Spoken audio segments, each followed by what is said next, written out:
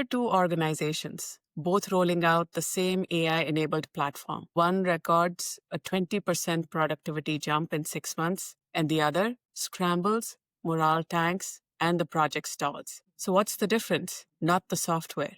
It's how their people were led through change. Welcome to TIDES. I'm your host, Shveta Malhan, and today we are tackling the big question. In an age of intelligent tech, how do we keep humans at the center of transformation? And to explore that, I'm joined by someone who has spent nearly 2 decades turning tech rollouts into people-powered success stories. Meet Smita Chauhan, Senior Vice President and Associate Director at Robert Half Management Resources. From large-scale ERP shifts to today's Gen AI pilots, Smita partners with C-suite leaders across industries, pairing hard number ROI with relationship-based change strategies. Smita, thanks for joining me today. Thank you so much, Sweta. It's such a pleasure to meet you. I'm very excited to, go through this exchange of conversation between us and hope that we make some changes and help with, the growth of AI and technology. Absolutely. I'm so excited about diving into this conversation with you. And before we jump into the AI conversation, I'd love to hear from you about the moment that you realized that even the smartest technology rises and falls on the human element. What was that moment? It's been a moment every time that we do any project with any client. It's something that we are in human business. We are the people that work with people to place contract, consultants, subject matter experts. We provide deliverable solutions. We provide resource-based solutions. Every one of these aspects are human-centric. It circles around people. And it is a critical aspect and a critical component for any organization for their overall success. But more importantly, when they're rolling out technology, and now with Gen AI, it's even more important that we create more human impact where adoption and change management starts with people. How does culture help with that rollout, that change? Have we created the environment of safety where people come to you with faith, with trust, where they can be open to have communication with you to discuss what's working, what's not working? Here are our challenges. Here are our risks. If you apply that human-centric approach to every rollout, whether it's project, whether it's technology, whether it's people, whether it's transformation or M&A, everything starts with people. So it's been a journey over all these years where that has been the prime factor to create those relationships and those deep conversations to become more of a business partner, more of a consultant, more of an advisor to those organizations and the people to help them understand what has worked, what hasn't worked, what are the lessons learned, and how do we learn from the failures and successes. So it's been a journey every step of the way with people. Yeah, absolutely. And you've led ERP solutions, cloud migration, and now you're witnessing the evolution of Gen AI related projects. Between these three waves of technology adoption that organizations have to go through, what do you see at this stage that's fundamentally different from, let's say, when organizations were all into ERP implementations? So it's a little change when it comes to ERP implementations. And then when you compare that to AI-based rollouts, there's a vast change in scope. ERP is a broad scope project. It's structured. When AI is more unstructured, is more flexible. The purpose and the scope of both of these rollouts are very different. If you look at, when you integrate ERP, it's for streamlining processes. It's for, you're touching finance, you're touching HR, you're touching supply chain.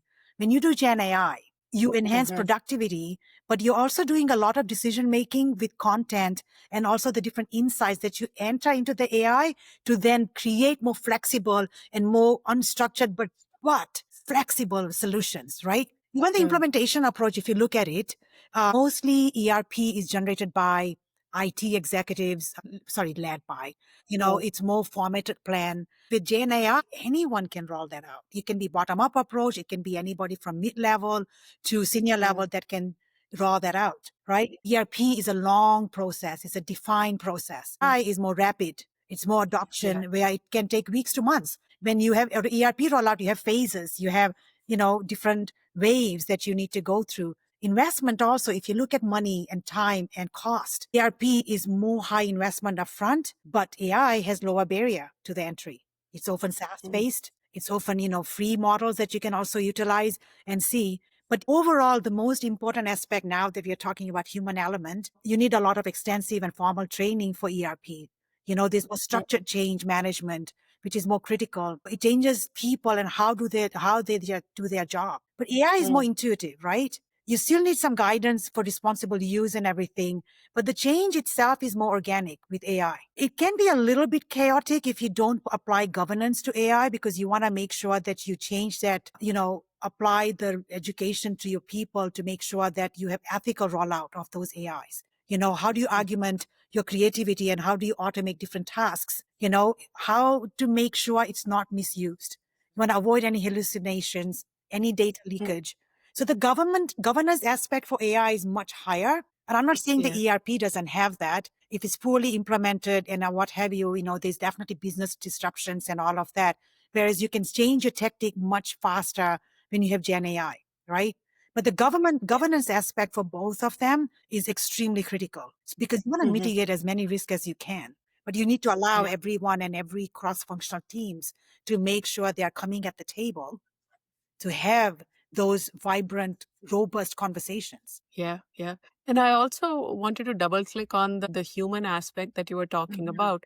This time around, there's a lot of noise in the ecosystem around AI and how it's impacting jobs. Every change, whether we look at ERP or moving from on prem to cloud, impacted people. The intensity of fear that was involved wasn't, I feel, from my perspective, as much as it is this time around, because here, to your earlier point, the nature of work that we do fundamentally changes. And sometimes we might no longer be required in a piece of a process where certain tasks might be delegated to AI. So are you also sensing from your lived experiences and conversations that you're having with C-suite that there's a lot of fear associated with AI adoption this time around? Yeah, absolutely. It's a human reaction, right? And everybody, even with ERP, when it was rolled out and we were doing process automation and transformations, people were afraid our jobs are going to be cut. We are going to have redundancy where people are going to be needed. Even look at robots, right? Automation from robotic side of things. We don't have as many people working on the plant or the floors. That hasn't changed the demand for people for the roles that is needed to be done. It is a general fear, and it is something where quite a lot of people have unfairly jumped to assumptions, which is not right. I think the communication piece from leadership and executive team is extremely critical when you are rolling out such transformations within your organization to make sure you embrace your people and make them feel comfortable as to why these changes are happening. Why are you rolling out such transformations or changes or technology? When you explain the why behind the solution, people are more inclined to adopt. They're more inclined to change with the times. They will be able to evolve with your organization. It will also, I know I've been harsh about this when we've had other discussions, that you will be able to weed out some of the people that are stuck in the old ways and the old times and are not very adoptive. But it doesn't mean that they're not important to your organization. They have history. They have a lot of knowledge that you don't want to lose. So you need to tailor your adoption and your transformation based on some of those profiles of people that make up your team and see what makes them take and allow them to provide as much training, cross-functional training, and also patience. You need to apply emotional intelligence for the different levels of people that you have and make sure that they come along the journey with you, right? Skills gap is very evident when you have some of these changes. And those are the areas where people fear that I don't have that level of knowledge of technology. They fear technology, right? So you need to reduce that fear in your people and allow them to say, we will train you, we will upskill you. And you take it from there. You have a lot of matrix that you can utilize also to see if it's adopted and how is it, being rolled out within your organization where, do we have people that are excited by this change or are we having a lot of people that are not happy with the change? There has to be a root cause as to why. Just figure out the why. Yeah. And who in the organization should be initiating these AI projects? Because, like you said, ERP was much more structured and IT was looking at which parts of the business we need to implement ERP in, or which components do we need to migrate to cloud for efficiency and whatnot. But this time around, to your earlier point, anybody can spin up an AI project and try to integrate AI into the ecosystem. But if we look at it as holistically as an organization, where does change management sit, and how do we look at governing AI projects differently this time around? I believe the ownership lies within the entire organization, but you need to have project sponsors. You need to have that leadership that backs some of these changes and transformation. Of course, it always comes from there, but quite often I've seen organizations where people have championed such rollouts and such transformations, where they've been the ones coming to leadership to say, this is not working. We are having trouble with this particular function, or we are repeating some of the processes and wasting a lot of our time, etc., where that has been created as well, where, people have also championed such changes. If you look at budgets and if you look at how these rollouts, I find that, CFO, CHRO, CIO are the key leadership team that will need to own the budget.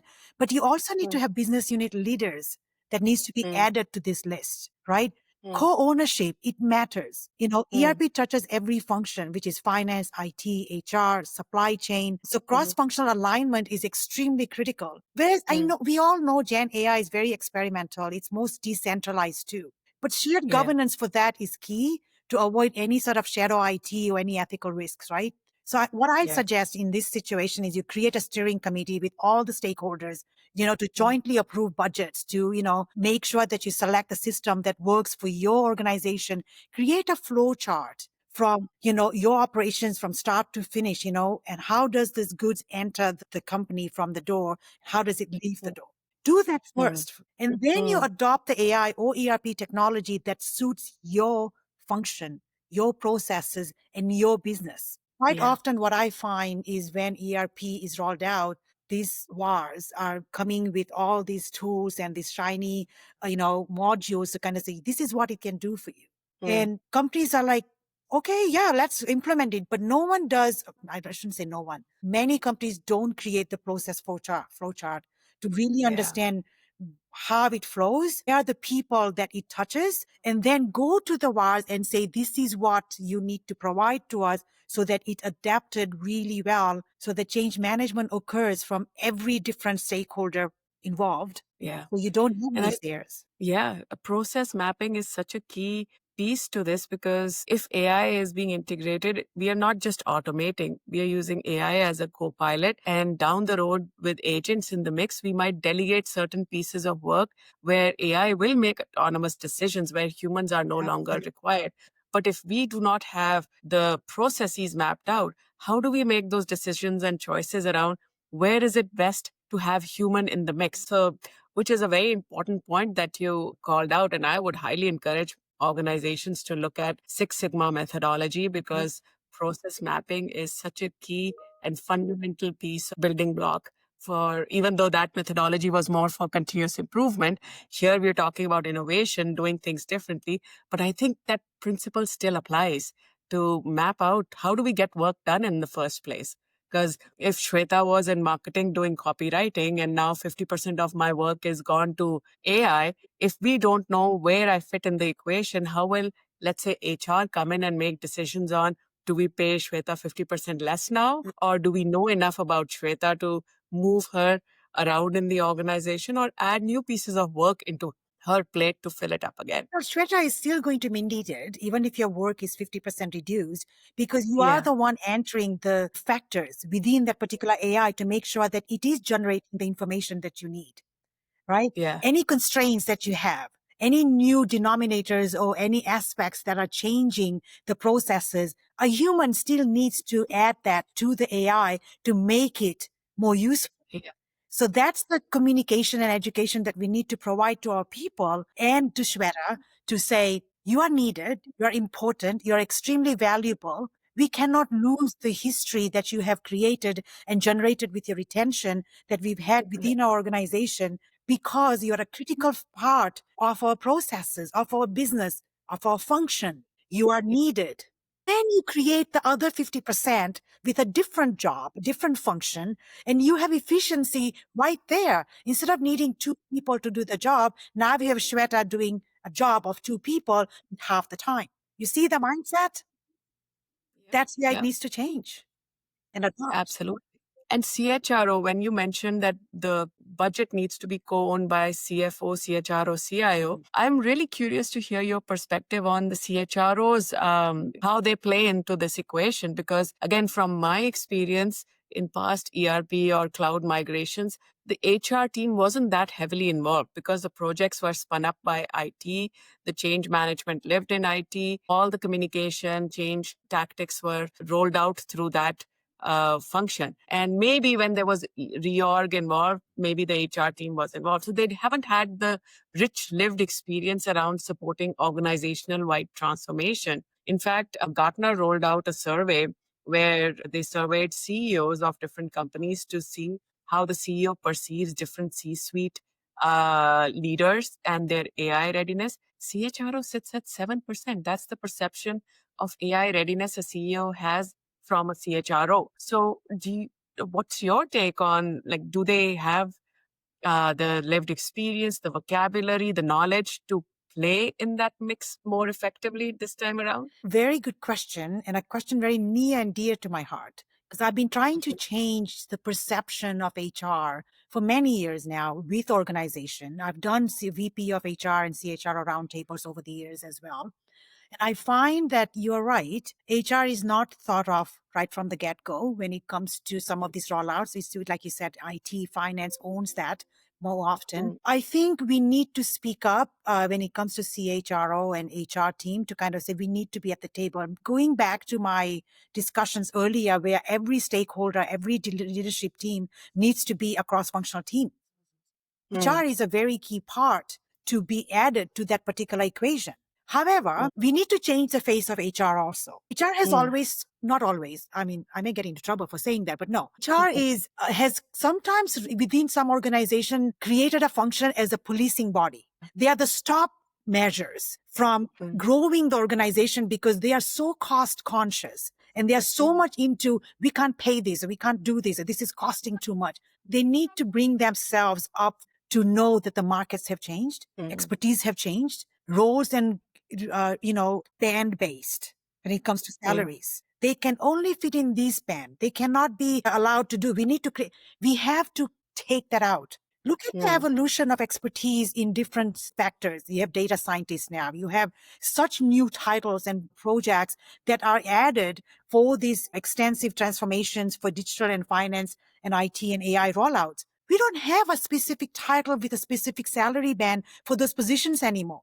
So the yeah. mindset needs to happen within the HR group and HR team to say, all right, how do we become more of business partners with our leadership team? And we need to become more engaging to understand every aspect of that particular business to know what guides us, what Mm, makes us grow, what are the aspirations and growth aspirations of our organization. And then mm, go out and partner with the different stakeholders to say, how can we be your business partners to help you? They are a very critical part of the organization when it comes to policies, governance, making sure there's ethical aspirations or ethical situations that we need to be aware of. Whether it's, dismissal of people, how do we onboard people? Not just that, but the HR audit piece too, right? What is our reputation at the end of the day of the organization?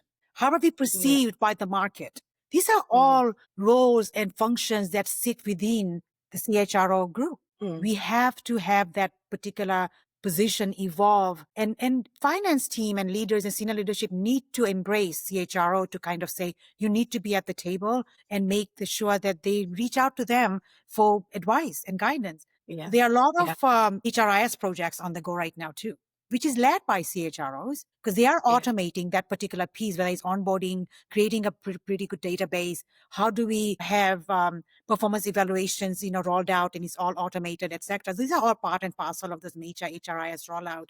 Payroll is, within that too. So they are coming along the way doing that. There are new roles now that have been created and we've placed HR project managers. So it is evolving, but it's a slow evolution. Yeah. Yeah, you're right. I mean, HR has a perception, a legacy perception that they have to overcome, that we are not just like, I was talking to a chief people officer in one of my podcasts, and I'm like, oh, if marketing goes to transformation or any department for that matter, what would they typically come to you for? And their answer was headcount reduction.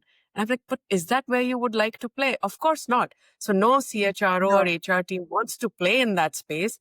But that's the perception the business has about HR teams, that we invite them when we need to make headcount decisions. They are not invited for strategic conversations. And to your point, which means that HR has to not only evolve its perception, but also evolve their value yes. for their function. Like, how do we transform this HR function to be less operational, where because now with AI and the new technologies, to your point, many of those transactional pieces can be automated, which frees up time for HR to be that strategic partner to the rest of the business. Absolutely. And I'm a big believer and a champion of asking to be at the table.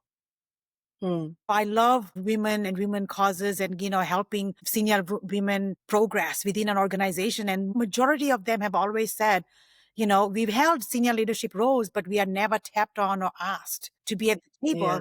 And I always say, even for CFOs, even if they are male or female, I've always said, because quite often finance transformation are rolled out. Say you have a parent company in Germany, or say you have the parent company in the US and you have subsidiaries in other countries. And you talk to this particular client and say, all right, how can we help you with your ERP implementations or rollout? Or whichever it may be. Oh, it's okay.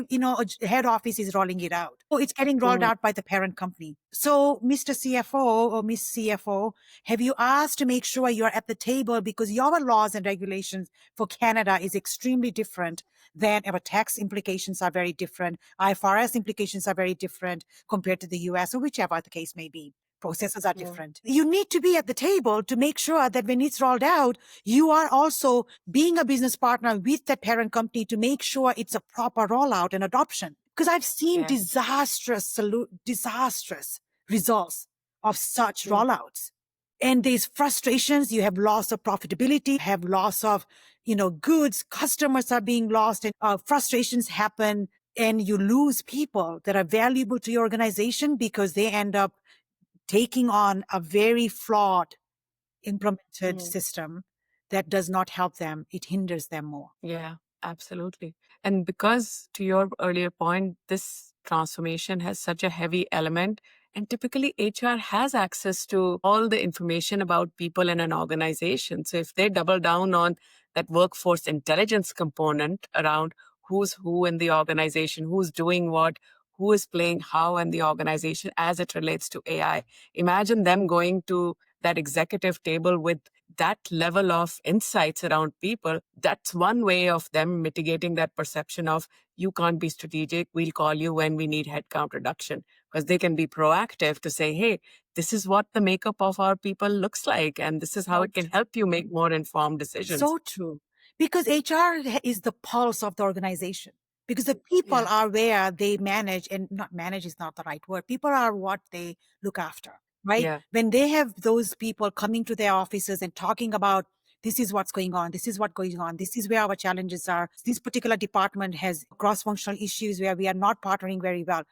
HR has that pulse. So it is a very critical component that needs to be added to this decision making when it comes to how do you evolve the organization and how do you take the people with you. HR is the people-centric division, right? Yeah. Everyone should be, but HR has more. And I mean, good thing is that now HR is enabled with the right tools and technologies to build that workforce intelligence practice or capability within their team, where they can identify proactively where are the skill gaps or where are skills that are fading. Like, you can start mining variety of data to make more informed choices. Totally. To talk about, I hope every organization does exit interviews, Yeah. right? Because that's a very good indicator for what's going on within your organization. Yes, of course, some people are scorned and they are going to give you some of the, feelings and what have you, but you need to separate some of that, because there's always some root cause and a common denominator, a common theme when you evaluate such feedback. And I think every organization needs to look at that and see what makes our organization thrive, what's keeping it from thriving. Where is the human element that is creating an obstacle or creating a pathway for us to grow, right? That's important. And I think exit interviews are very important in that case to understand, and not just exit, like, performance, indicators and, evaluations. When you do that with your leadership team is extremely key. I'm a huge believer in that. And I hope that companies do that more often than not. Yeah. And if you collect data, invest time and energy in making sense of that data too. Because I've also seen like collection happening, but then it's all such a manual process that nobody's making sense of what people are actually telling us. Because to your point, that's where the insights come from that help with the right decisions and choices. So coming back to AI adoption in organization, where do you feel, based on what you're sensing in your experiences with different leaders, where do teams feel the biggest skill gap when it comes to AI? That's a very good question. So there's a knowledge and skill gap in anything that you roll out, right? And you need to understand that by, do people worry that their skills are going to become irrelevant? Again, it starts with people. I keep going back to people. A lot of employees don't even understand how AI works. How do you use it effectively? So there's a literacy aspect of that too, especially even if it's ERP. I think it's there as well. It's quite interconnected. Quite often people don't know how will this impact their specific roles, right? So role definition is also key, because the role is going to change once you roll out the AI or the ERP. What are the trust and ethical concerns, right? How reliable is this particular technology, and how, the output with, AI hallucinations and, what have you. There's a lot of speculation out in the market that people are reading and jumping to conclusions, right? So you need to educate your people about those skills gap to make them really understand what it is, and allow for a very free and open communication from them, that no question is a stupid question, right? What are your biases, within the organization and within the people? You need to kind of dissolve a little bit of that bias. Everybody's going to have some biases. How do you make an equitable decision, right? Based on, some of those biases, to make sure you're adopting the technology based on everybody's acceptance level to some extent, not completely. How are you overloading your people with tools and technology, right? You have existing workflows that work. You have existing processes that work. Sometimes I think people find, oh, now they're throwing more technologies at us, more tools at us, like, this is not going to work.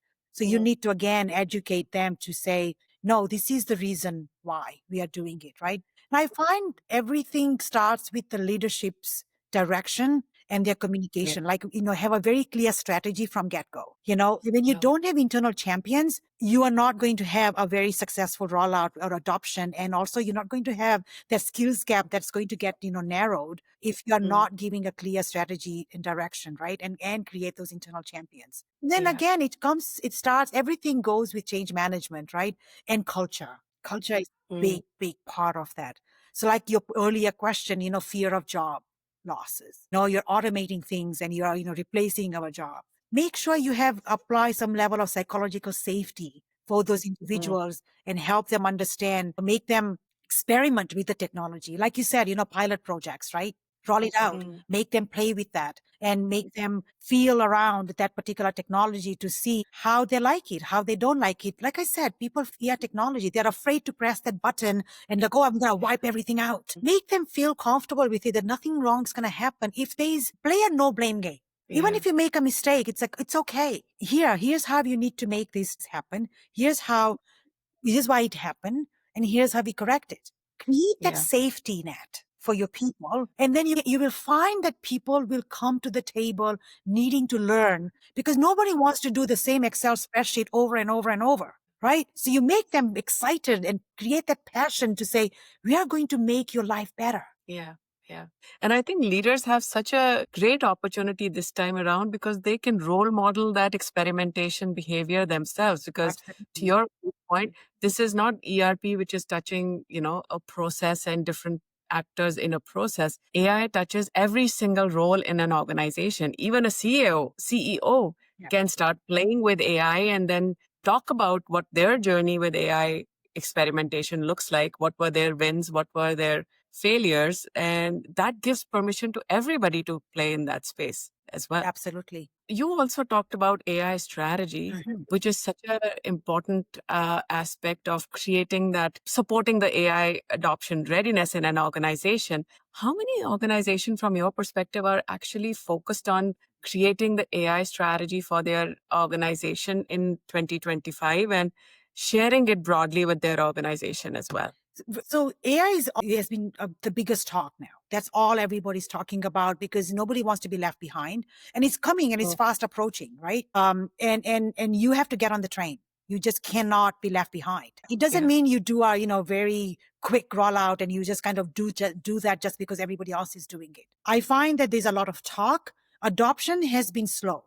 There are some organizations where they've adopted it and they've rolled it out. There are others who are taking a very cautious approach, and rightfully so, because you want to make sure that you are not rolling something out where company data is, leaked. You want to make sure it's protected. With cybersecurity being the biggest threat these days, and you have such major organizations with amazingly strong firewalls are getting breached, right?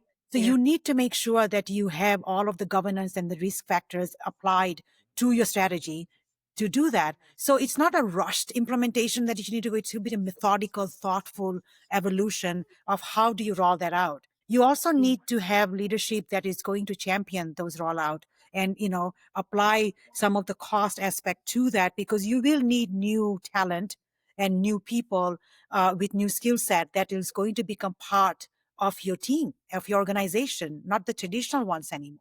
So that adoption level and that knowledge is also something that I think organizations need to start looking at to do that. It's a beautiful thing when you actually roll it out. I know a CFO who has rolled it out, and he spoke to one of my roundtables where his CEO gave him the budget to kind of say, here's your budget, roll it out, let's see what happens. And he did. He's hired some really unique talent along the way to do that. And he shared with me on his phone to kind of say, look at how much data that I have at my fingertips on my cell phone. These beautiful graphs, and I love graphs and I love numbers, beautiful graphs, numbers, etc., everything at the fingertip. So I think it's coming. Everyone is looking at that. Everybody is evaluating it, and it will get implemented. It will get rolled out. It's just a matter of time. So I also wanted to lean on your experience around change champions, because we talk about that this particular transformation needs to have both top-down and bottoms-up approach. And to support grassroots momentum, change champions play a really critical role. So from your playbook, do you have like a favorite tactic for turning skeptics into champions, a story or data or anything that can help support organizations with change champions? I find mindset of people is very unique, very different, and how flexible are they from coming from being skeptics to champion is so unpredictable, right? You, of course, have naysayers for sure. I have always believed in creating internal champions, always have. I went through an SAP upgrade myself when I was in industry doing accounting and finance, and went through that. And we created a center of excellence after the upgrade was done.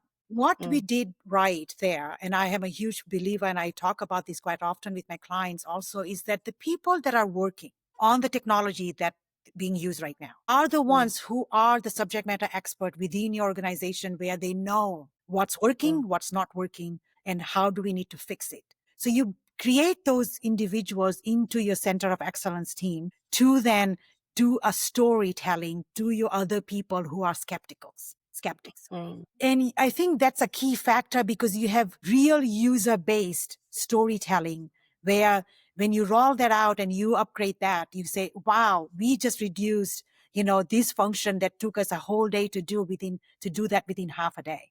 Right. So that storytelling it's so key for those champions that you create internally to then let everybody know where, you train the trainers, super users within the organization. You go outside the firm to create and bring external and objective change agents. I'm a big believer in going outside to bring that talent, because you have internal biases if you create somebody as a change manager from your own organization, because there is going to be political alignment, biases that are going to be applied through years of experience within the same company, that they may not look at the bigger picture that what's good for the organization is not how you feel or what you think is right. You need to create more objective viewpoint from there. So that again is another strategy that you can apply to create skeptics into champions, because you have somebody from outside coming and telling you, here are your challenges, here are your opportunities, and here are the ways you can actually roll out some of these changes, because they're hearing it from somebody different.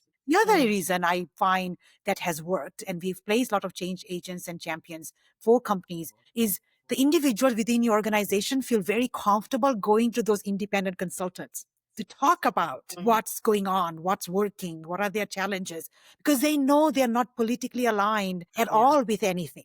So you get a very true essence of what needs to change and how things need to evolve from those types of strategies that you need to apply, right? So I think that's what I can think about. And I think people who are doers, we need to apply a little bit of a different technique there from creating them into champions from skeptics, because they need to feel the technology. They need to work on the technology, like I talked about earlier, like test field or experiment with the new tools, because, you want to have a no blame environment, right?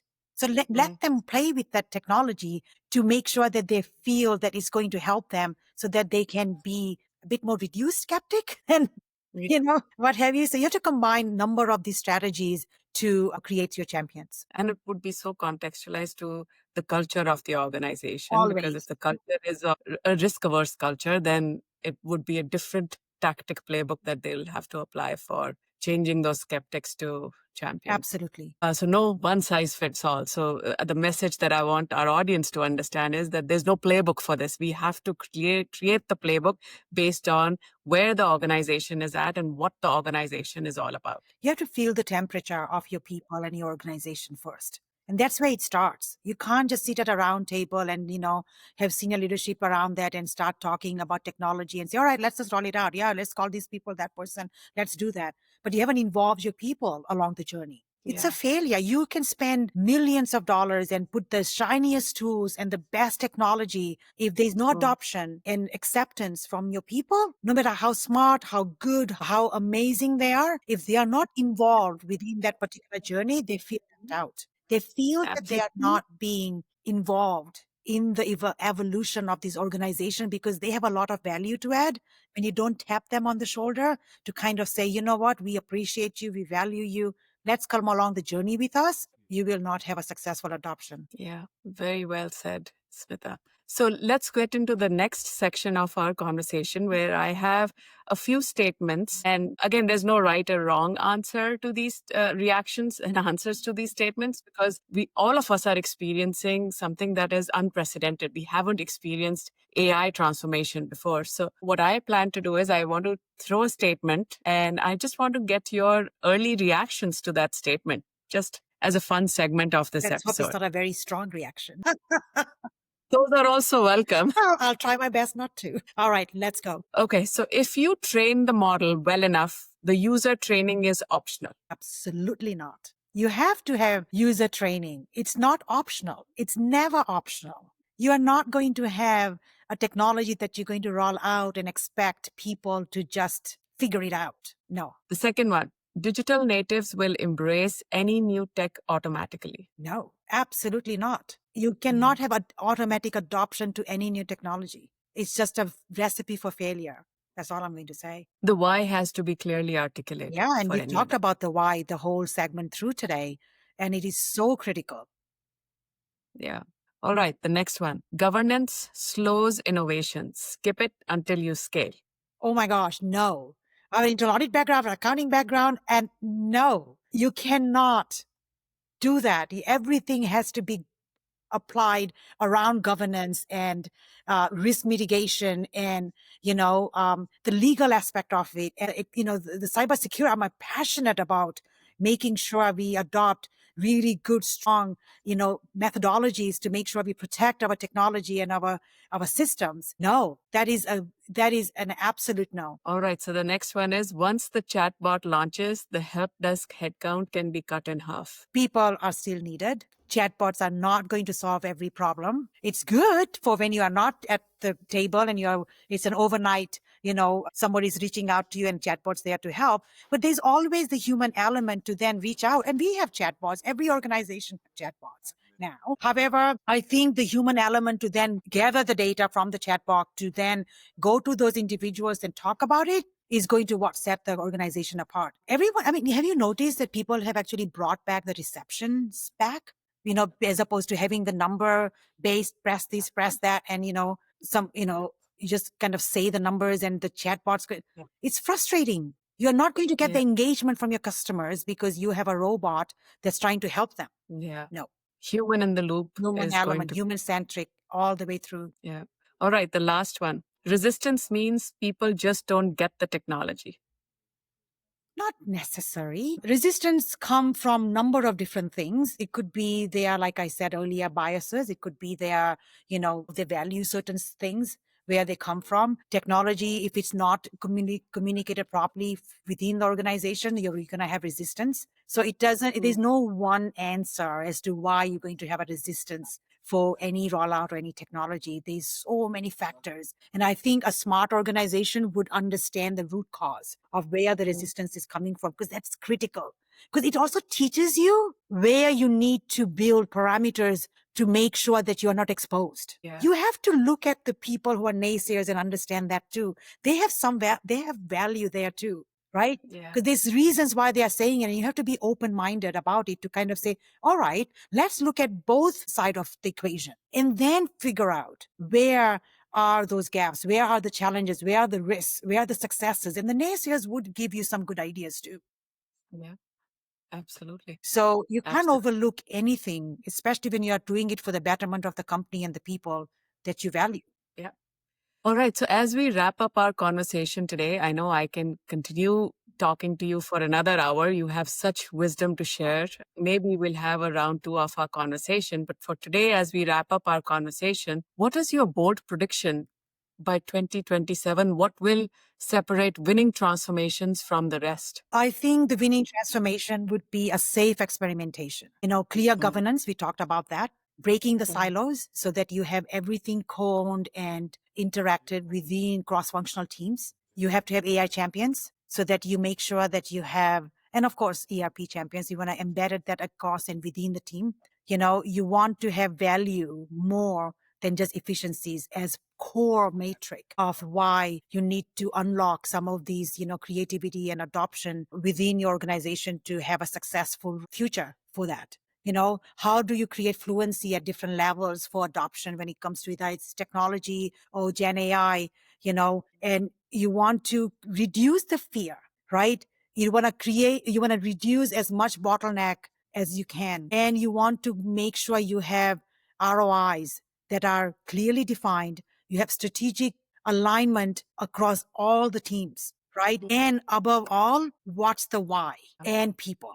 Two major implications for a successful adoption and future for when we take on such projects. Wow. So that's a wrap on Beyond the Algorithm episode. And my personal takeaways from my conversation with you, Smita, include co-create early. The fastest way to de-risk a rollout is to involve the people who live with it day in and day out, and have the leadership team, which is a cross-functional leadership team, come together to make more informed choices and decisions, and upskill as you implement. Skill pathways aren't an afterthought, and they are the engine to support adoption. So those were really powerful takeaways that I took from our conversation today.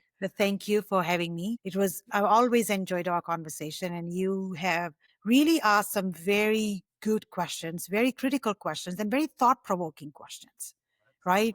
And it made this conversation so fluent and just so exciting. And I hope that we get a chance to talk again. Absolutely. And to our audience, if you got questions or stories about keeping humans in the loop, feel free to drop them in the comments, and feel free to connect with Smita on LinkedIn. I'll add her LinkedIn profile in the description as well. She has wealth of knowledge to share. So do keep bringing in your questions and your success stories as well, so that we can all learn from each other. And if you think Tides helped you think differently, hit follow, leave a review, and share the episode with a leader who needs a reminder that transformation is still a human sport. Until next time, stay curious, stay human, and keep riding the tides of change.